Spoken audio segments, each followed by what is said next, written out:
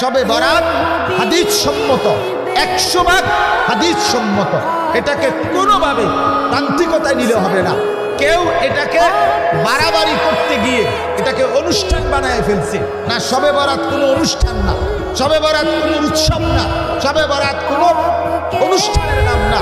মসজিদ চারিদিকে সাজাইতে হবে, লাইটিং করতে হবে, বিরাট বিরাট বিরানির ডেক পাকাইতে হবে, খিচুড়ি খাওয়াইতে হবে, জিলাপি খাওয়াইতে হবে, সারা রাত মাইকে চিৎকার চেঁচামেচি করতে হবে, অথবা কথাবার্তা বলতে হবে না, এমন কিচ্ছু না।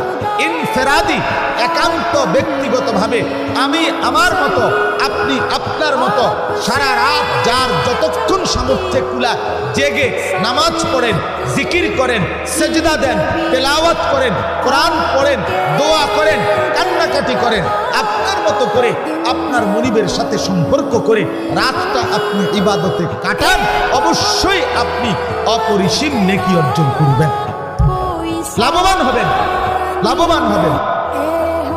কেউ আপনার এটাকে একবার ছাড়তে গিয়ে এটার কোনো অস্তিত্ব নাই এটাও বলে ফেলে দিছে। কেউ এটাকে একবারে বাড়াইতে গিয়া এইটারে একবারে 1 লাখ টাকার খরচা বানাই দিছে।